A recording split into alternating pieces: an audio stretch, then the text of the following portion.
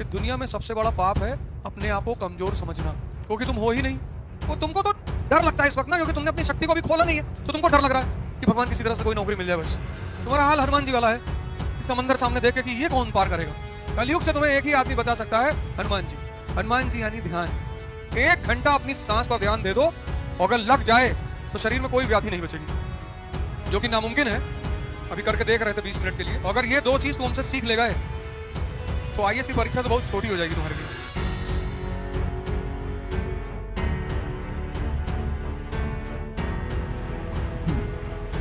जय हिंद फ्रेंड्स।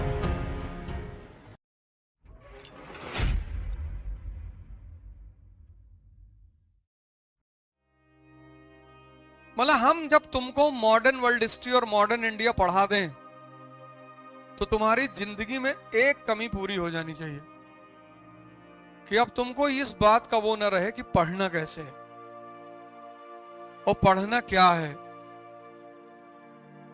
अगर ये 2 चीज तुम हमसे सीख ले गए तो आईएएस की परीक्षा तो बहुत छोटी हो जाएगी तुम्हारे लिए। तुम ही आगे कहोगे हमसे कि अब ना देंगे गुरुजी। जिसका दिमाग का दायरा बड़ा हो गया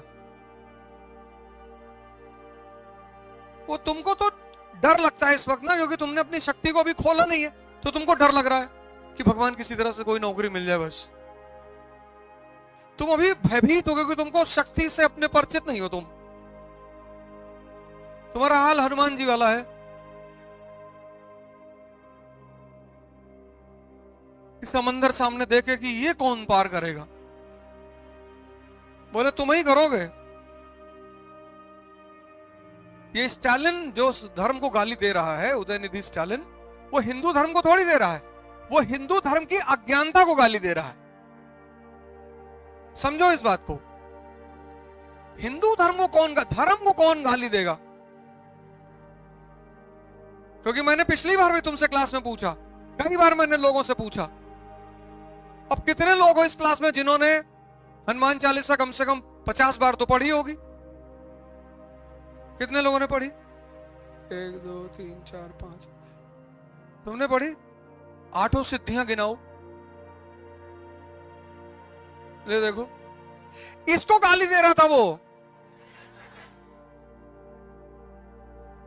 अरे 50 बार तुम्हारे सामने से एक लाइन गुजरी, अष्ट सिद्ध 9 निधि के दाता, और तुम चापे जा रहे हो। तुमको कह रहा हूं मतलब ही नहीं हमको ये क्या लिखा हुआ है।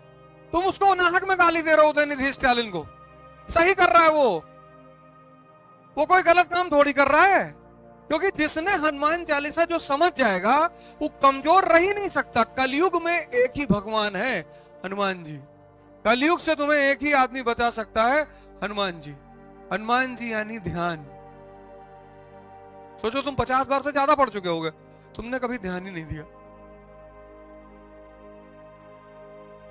कल बताना मुझे 8 सिद्धियां, अष्ट सिद्ध और 9 निधियां। लोग तड़पड़ा रहे, उदयनिधि स्टालिन गाली दे रहा, अंधविश्वास को गाली दे रहा है।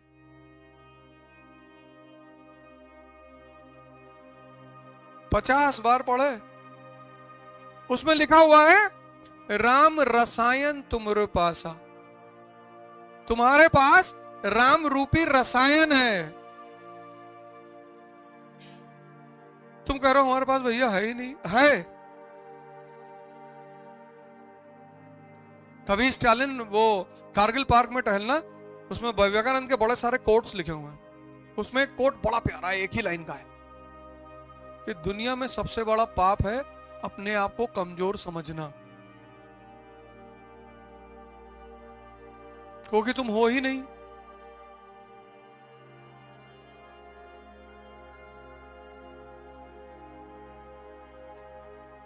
नासे रोग हरे पीरा, जपत निरंतर हनुमत बीरा।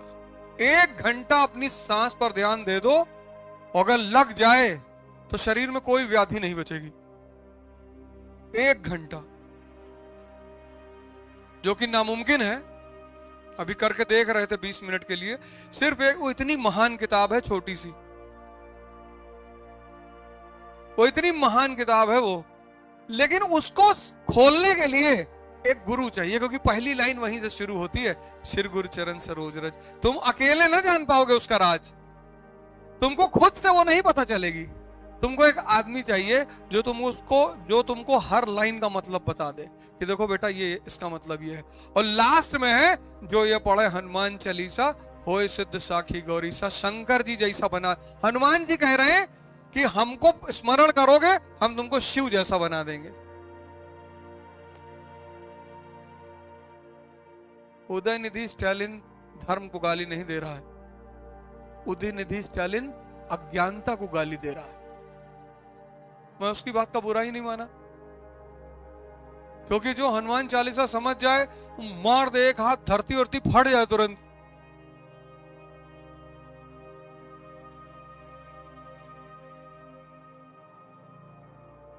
शक्ति ही यही है, समझना है ये।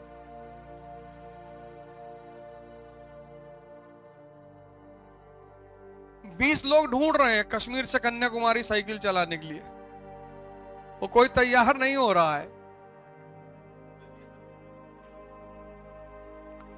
चलिए तो ठीक है, बीच में लटका देंगे अगर कहीं रुक गए 15 किलोमीटर की, गुरुजी यहां बहुत दर्द हो रहा है। उसमें पहले एक ट्रायल देना पड़ेगा, 100 किलोमीटर चला दिखाना पड़ेगा साइकिल, हमारे साथ चलना पड़ेगा। जो 100 किलोमीटर चला लेगा तो चलो। सिर्फ 20 आदमी चाहिए और कई लोग आए, चलो। कोई 25 किलोमीटर पे बैठ गया, कोई 30 पे बैठ गया, कोई कह रहा सर कभी चलाए नहीं है। उत्तेजना में काम नहीं होता, उत्साह में और शक्ति में। और महावीर कहते हैं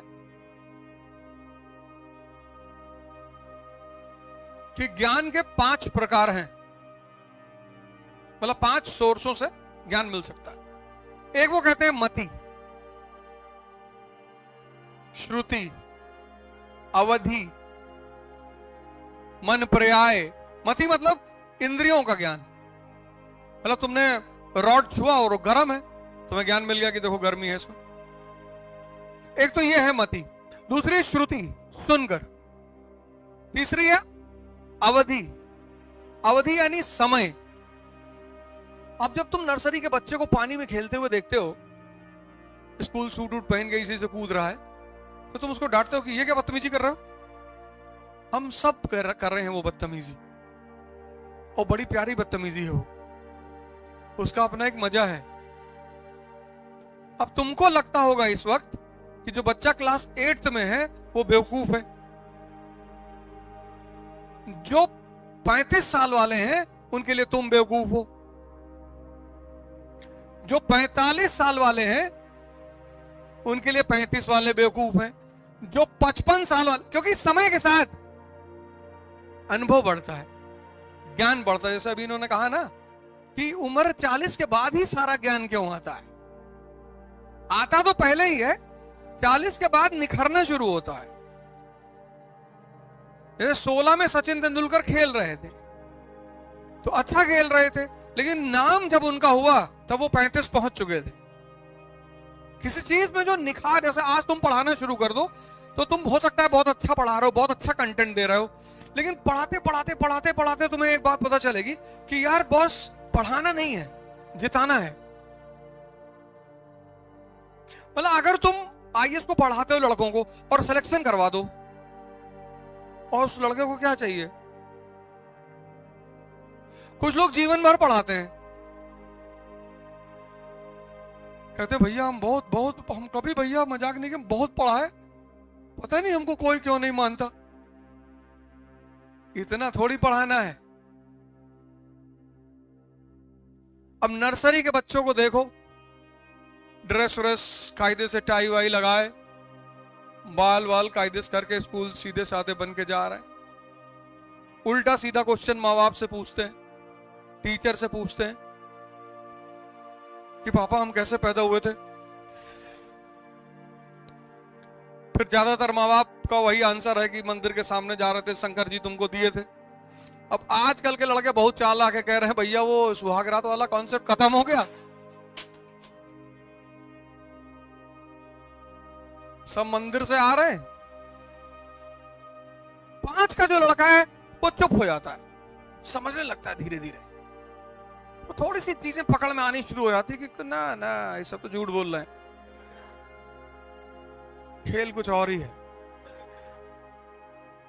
12th का जो लड़का है उसकी तुम अगर बॉडी लैंग्वेज देखो, अभी स्कूल के सामने छुट्टी के वक्त खड़े हो स्कूल के सामने, और 12th के लड़कों को देखो, ये 2-3 बटन खुली है, ये कॉलर ऐसे खड़ा हुआ है, कॉलर खड़ा है। कॉलर खड़ा क्यों है? 16 साल उम्र, टेस्टोस्टेरोन पैदा हो चुका है, और टेस्टोस्टेरोन ने नीचे से मारा, ताकत बढ़ा से कॉलर खड़ा हो गया तुरंत। और वो 16-17 साल का जो लड़का है, अगर तुम उसकी बॉडी लैंग्वेज देखो तो सीधे कभी नहीं खड़ा होता वो। और 16-17 साल के लड़के से कोई भी दिक्कत बता दो, कोई भी, कि भैया वो मकान मालिक बहुत परेशान कर रहा है, उड़ा दें।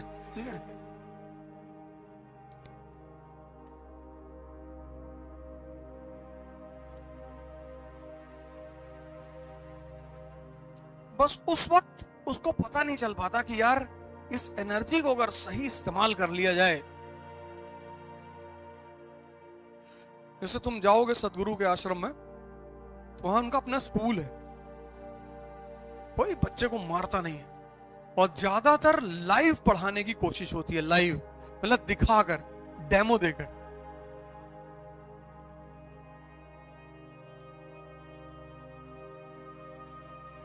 बच्चों को क्या मारना है यार, ये पूरा कॉन्सेप्ट ही खराब है बच्चों को मारने का। और बच्चों को अगर मारते हो तो ग्रेजुएशन के मास्टर को भी AK-47 लेके क्लास में जाना चाहिए, बड़ों को भी मारो तब। बच्चों को तो पढ़ाई के लिए बिल्कुल नहीं मारना चाहिए, मतलब मैं तो इस बात के एकदम खिलाफ हूं कि बच्चों को तो मारना ही नहीं चाहिए। हाँ, कभी कभी साल में एक बार टॉर्चर करना चाहिए, पर एक बार, और उस एक बार से उस बच्चे के मन में यह रहे कि भैया इससे बदतमीजी ना करना।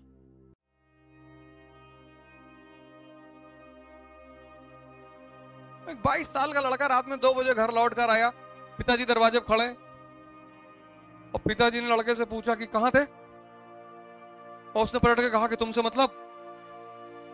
तो समझदार जो पिता होगा वो अपना स्टैंड तुरंत चेंज कर देगा, कह रहे नहीं बेटा हम तो ऐसे ही पूछ रहे थे, तुमको पता था देर हो जाएगी, मेरी कार ले आते तुम। और अगर लड़के के साथ लड़की है तो उसको रेड कारपेट की जिले इलाही मारना है, लेकिन उस वक्त नहीं मारना है। कभी भी अपने घर के किसी भी सदस्य को बाहर ह्यूमिलिएट नहीं करना है, कभी भी, वो कितनी बड़ी भी गलती कर दे, किसी दूसरे के सामने, चाहे वो भाई है, बहन है, माँ है, बाप है, बीवी है, पत्नी है, कोई भी है, बाहर किसी के सामने कुछ नहीं बोलना है, मुस्कुराना है। अच्छा, अरे वाह यार तुम तो कार लड़ा आए थे, दूसरी वाली भी लड़ा देना जी भैया। बाहर किसी को पता नहीं चलना चाहिए कि तुमने अपने घर के किसी सदस्य को कुछ कहा है।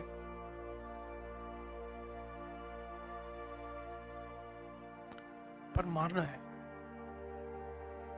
अगर कह दिए कि तुमसे मतलब, तो 11 बजे दिन में दरवाजा बंद करके 3-4 लोग बुलाकर मार, फटफट मारना तो है। इस जीवन में किसी को माफ नहीं करना है। Forgiveness is the quality of God and we are not gods। पर किसी को यहां नहीं रखता। किसी ने तुम्हारे साथ बदतमीजी कर दी है, उसको देख के मुस्कुराया करो कि कोई बात नहीं, वेरी गुड।